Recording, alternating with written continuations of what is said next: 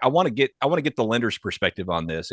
I've never been a lender, but I imagine I'd be sweating a little bit, looking at the farm economy, looking at all these folks that want to grow, and wondering like you know, how is this all going to work? So, from a lender's perspective, what do you think of all this, and what can the folks in attendance here do to position themselves to have a lender happy to lend to them?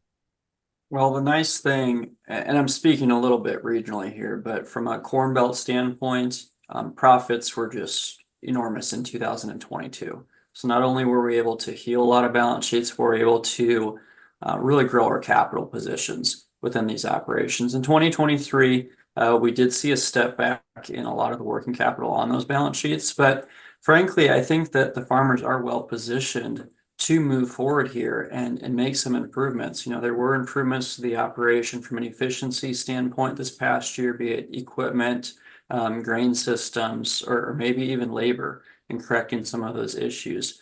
But it's you know, we talked about it earlier. It's about knowing your position. It's knowing how we're going to utilize that cash today. What are we going to hold on for? And it's having, like Evan had mentioned, you know, have that 5-year plan. Know what might be coming, but don't let that hold you back at the same time. Just because your 87-year-old landlord might sell to you doesn't mean that you should not be prepared for other opportunities that come up beforehand. You've got to be ready to pull the trigger and have the partnerships established already. And that's partnerships with your lender, ag experts, but it's also neighbors, ag businesses, and even consider partnering with resources with other farmers in your area. Always be doing that networking and being prepared to take that next step within your operation.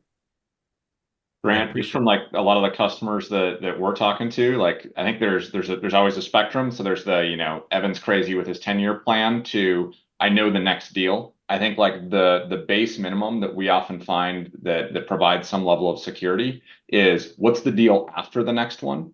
And what are the relative sizes that you can handle and knowing those limits? And it comes back to, I think, what all three of you have mentioned. Is the limit ongoing cash flows? Is it working capital? And that's tied to your whole plan because there's going to be a trade-off on one or the other. And so just knowing that as a first step is often a really, really powerful way to take advantage of those opportunities.